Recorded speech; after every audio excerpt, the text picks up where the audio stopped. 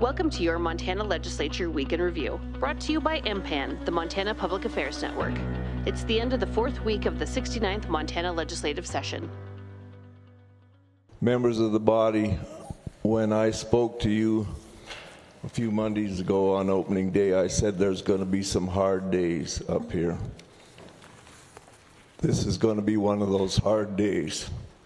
In the beginning of this January session, Senate leadership was made aware of a contract that was signed by former Senate President Jason Ellsworth for approximately $170,000 of taxpayer money.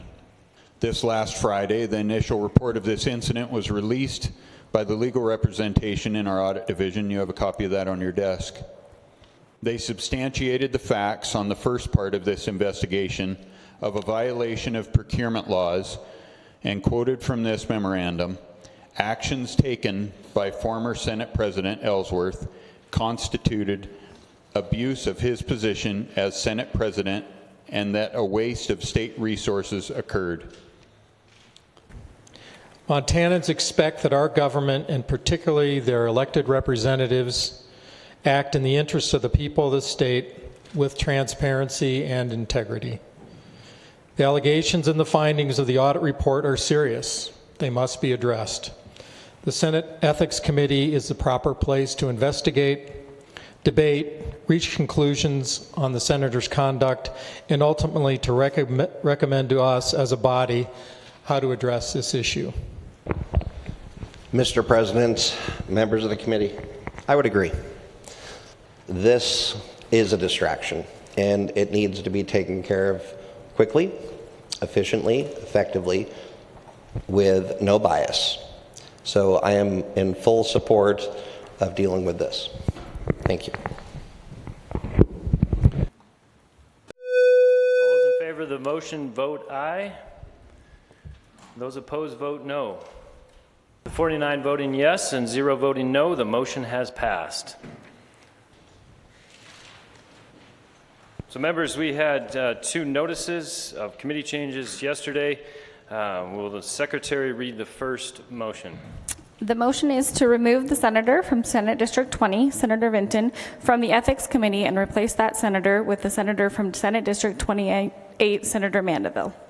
It's ironic that I serve on Senate Judiciary, where we hear time after time that judges are able and they have the ability to be impartial and unbiased regardless of their personal opinions. I believe that Senate ethics requires those serving to be able to methodically and thoroughly search for facts, listen to all who offer testimony, and as a committee present those facts and findings to this body for consideration. I am extremely qualified to serve on Senate ethics, and I will be voting accordingly. Thank you. With all due respect to Senator Vinton, I have the highest regard for her integrity, her ethical values, her ability to look at this issue with total objectivity. That said, Senator Vinton did pen an op-ed on this subject, and we may be going to extremes to just assure the body that there is absolutely not even a hint of bias. And so I do support the motion to make that change on the Ethics Committee.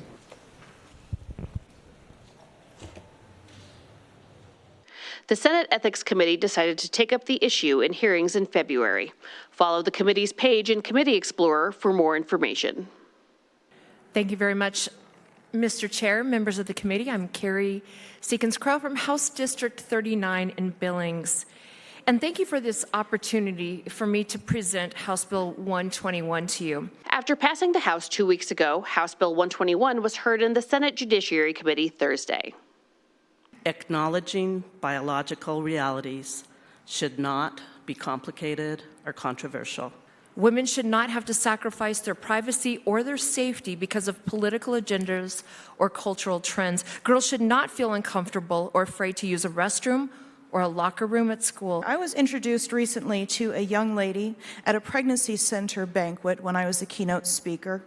This young lady was very excited to share her story of how she had recently escaped sex trafficking. She shared how public restrooms are commonly used by traffickers and how laws that allow the opposite sex use of restrooms make this much easier for them. I am here to oppose House Bill 121 because it violates the safety, comfort, and privacy of the women and children of forcing men into their facilities. This bill would force me, a trans male, to use a woman's restroom because it defines me as female. The impact of this bill will force transgender Montanans to use a restroom, changing room, or sleeping quarter that does not correspond with their gender identity, or no restroom at all, if there's no other option. It's my opinion that it would be far more distressing and upsetting for a woman in a public restroom to encounter someone assigned female at birth presenting as a man. Conversely, a transgender woman would never feel safe in a men's bathroom. This wouldn't be an issue if we didn't hear from parents who are concerned because their children are told that they must use the restroom with other children of the opposite sex, or their child cannot go on a debate trip unless they agree to room with somebody of the opposite sex. Or if our government entities, we're not worried about losing female employees right now because men are refusing to use accommodations. I encourage you to vote for House Bill 121. Another bill on a similar topic was also heard earlier in the week. And the hearing on Senate Bill 164. This bill would make it a crime to provide or procure surgical procedures, puberty blockers, or cross-sex hormones for children. And this legislation is critical to protecting Montana children from harmful and irreversible medical interventions. Puberty blockers can cause lasting damage to bone density and brain development. Cross-sex hormones can lead to irreversible changes like infertility, cardiovascular issues, and lifelong dependence on synthetic hormones. The surgical procedures permanently alter the body and cannot be undone.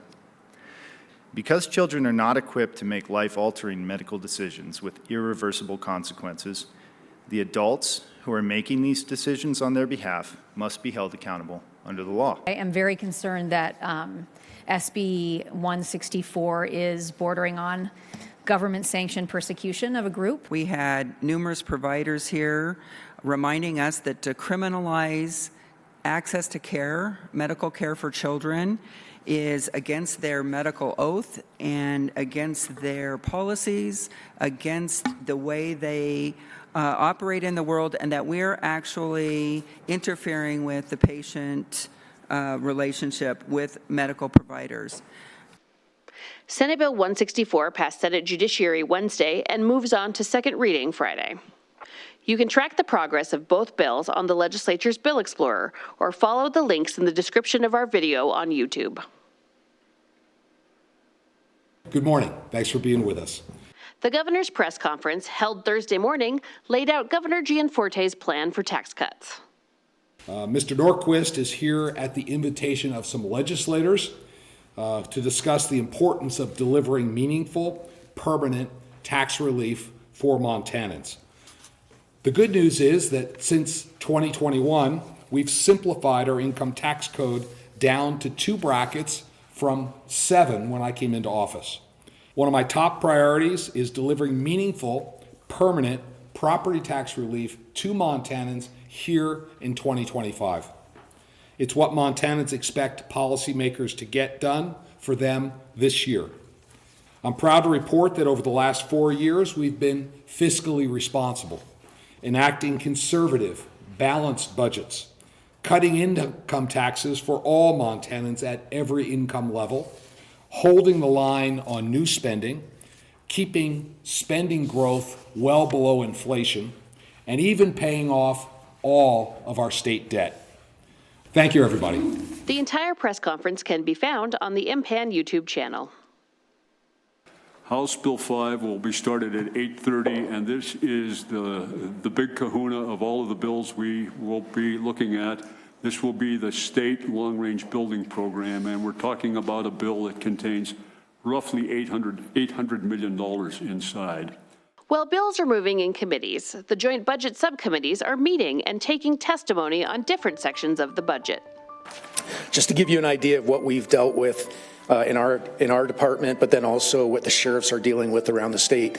At one point, we almost had 500 people backed up in the county jails. So research indicates that for every dollar spent on early childhood programs such as Part C services, there can be a $2 to $17 return on investments. So it's a very powerful return on investments. Overall, we know that stability in our childcare systems and all of our services to children and family are so critical for the health and well-being and development of young children, especially in this critical time period of life. So I say again, it is a great time to be a Grizzly.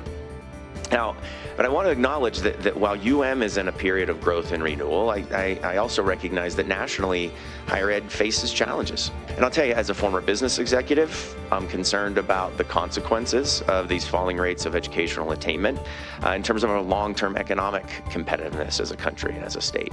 As a former Special Forces officer in the Army, I'm concerned about our national security. When our competitors on the global stage, like China, are working feverishly to ensure that their youth are getting as much education as possible, while we see ours potentially falling behind. In closing, I promise you that as president of Montana State University, I woke up every morning thinking, how can I make sure that Montanans have a chance at a better future? And I didn't want to leave anyone behind. Thank you, Mr. Chairman and members of the committee.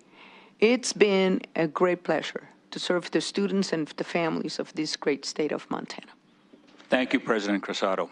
I understand that you are moving on to take on different challenges.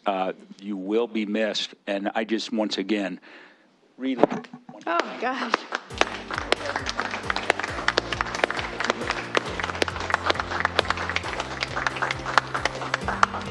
Thank you. Go Cats. That's all for now. Don't forget to like, subscribe, and check out the links below. Until next week, enjoy some lighter moments from this week. Mr. President, up on the right, coming into the gallery, we have Arthur, the aardvark. We have Friends of Montana PBS are here today. They've been down in the rotunda, and Arthur is one of the many characters that is on PBS for the children's programs. And also joining Arthur, representatives from Yellowstone Public Radio, Montana Public Radio, and Montana PBS. So wave to Arthur, the aardvark. Welcome to the Senate. Exacerbating risk of fire, increased costs, incomplete government partnerships, and economic benefits. Representative, I apologize. I accidentally hit that button and I do not know how to turn it off. Okay. Everyone, this is a false alarm and I owe money to the basketball.